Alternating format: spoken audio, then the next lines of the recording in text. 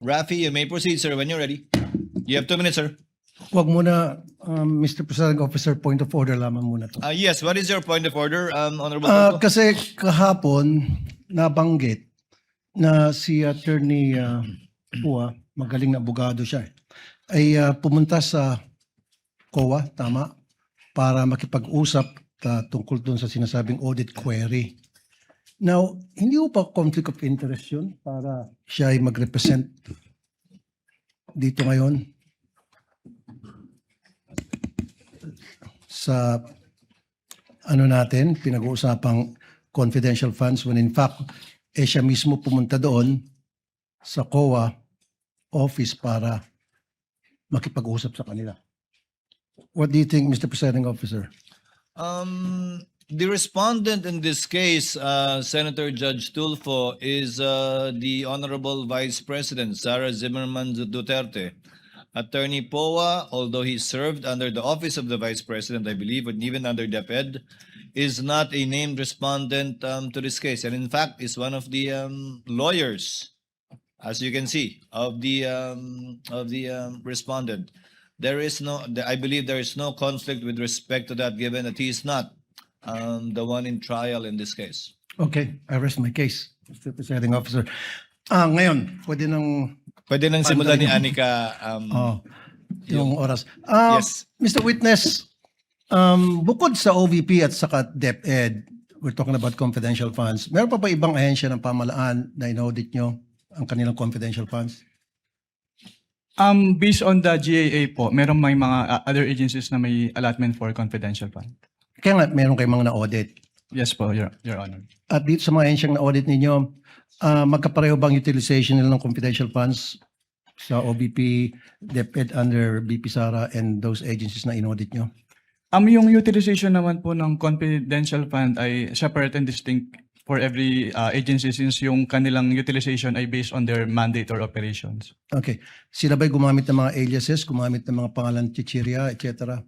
Yan Para po sa ay mga informants?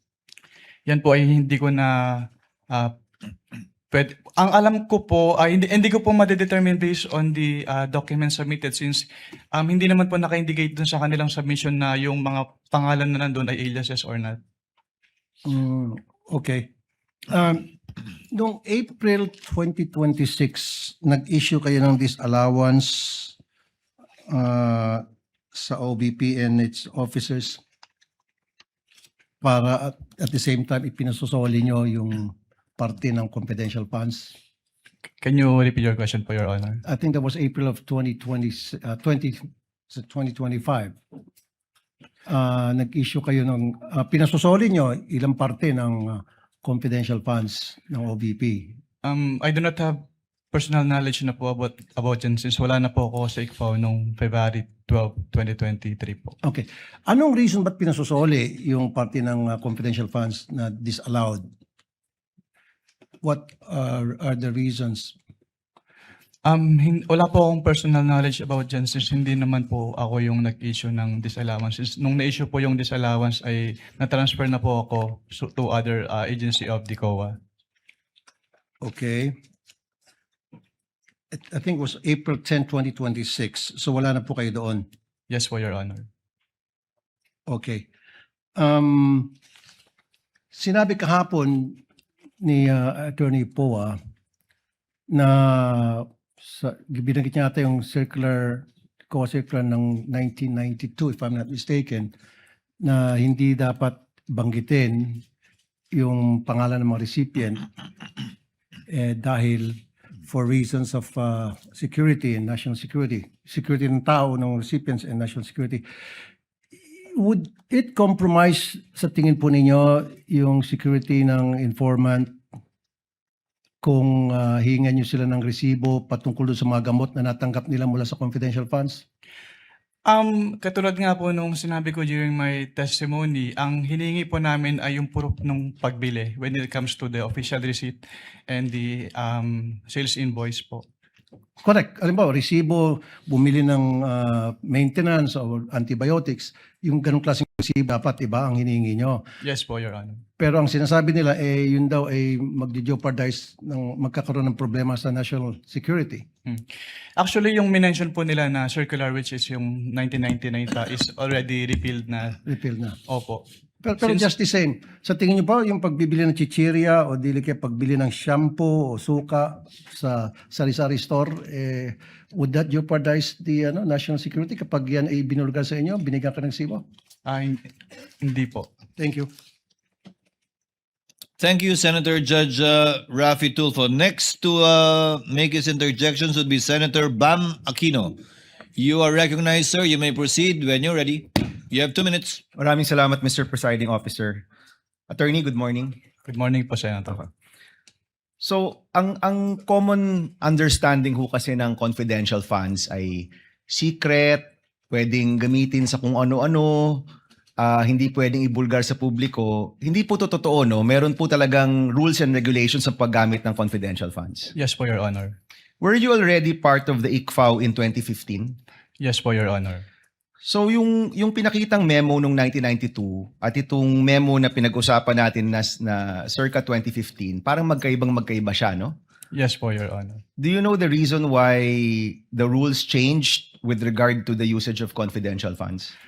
Since yung paggamit po ng confidential fund at intelligence fund ay kailangan ng strict accounting and auditing rules. So, nagkaroon po ng circular para ma-ensure na yung paggamit po ay properly accounted at hindi po magamit for personal use or misuse. Yan yung laman ng memo. Pero ang tanong ko, do you know why it was changed? Kasi parang lumalabas magkaiba yung paggamit nito. If you look at the 1992 circular, iba sa 2015. Dun po kasi sa yung circular ng 1999, walang differentiation as to the CIF po. Pero dun sa 2015-01 kasi dun na in-specify na dapat yung confidential fund ay gagamitin lang sa ganito for civilian government agencies. Yung intelligence fund ay gagamitin lang ng uniform and military personnel as well as yung mga intelligence practitioners. Kumbaga, nilinaw nung 2015 circular yung paggamit at pag-liquidate. Yes po, Your Honor. And is there a new circular after 2015 or ito pa rin yung ginagamit ninyo? Yan pa rin po yung ginagamit, Your Honor. Okay. Second question. Ano ang pinagkaiba ng AR sa OR? Ang OR po kasi, ini-issue po siya ng mga pinagbilhan na BIR registered.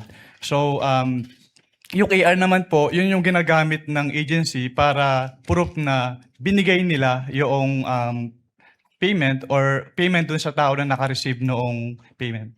And it seems na mas katanggap-tanggap sa inyo yung OR kesa AR. Is that correct?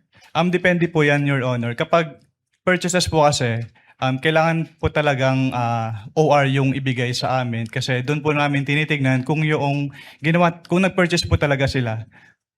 Kasi official receipt, acknowledgement receipt, sabihin ng tao, pareho namang resibo, parehong receipt. Ano pinagkaiba niya? Yung acknowledgement receipt po kasi, ina-acknowledge doon nung recipient ng payment na natanggap niya yung payment. Pero yung OR po kasi, parang yun yung proof na nag-purchase si agency doon sa pinagbilhan nung item. Nung item. So pwede mong matrace. Kung OR, pwede niyong matrace. Yes po, Your Honor. Kung AR, pwede niyo po ba itong matrace o hindi na?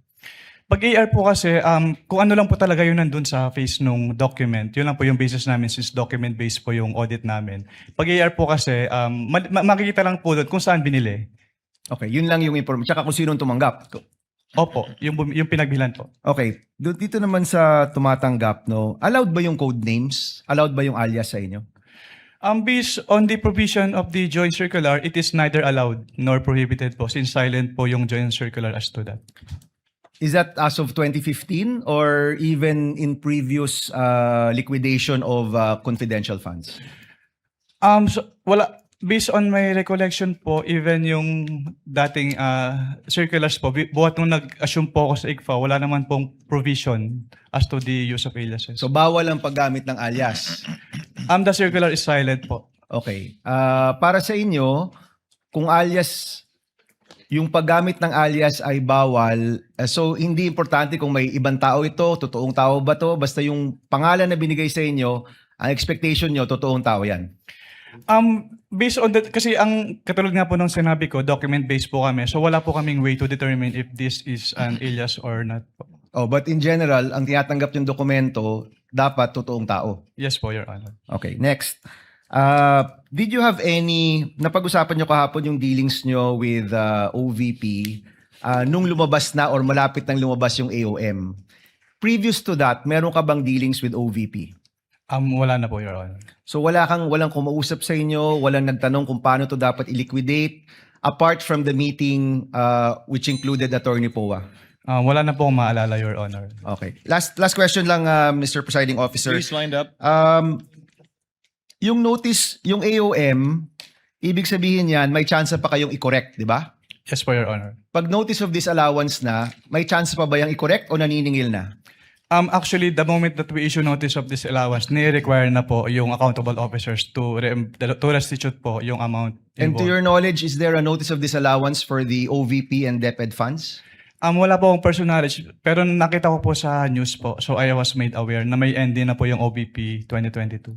So may notice of disallowance na ang OVP for the 500 million pesos. For 125 million pesos po for the fourth quarter of 2022. So sinisingil na yan kay Vice President Duterte. Yes po, Your Honor. Okay. Thank you, Mr. President.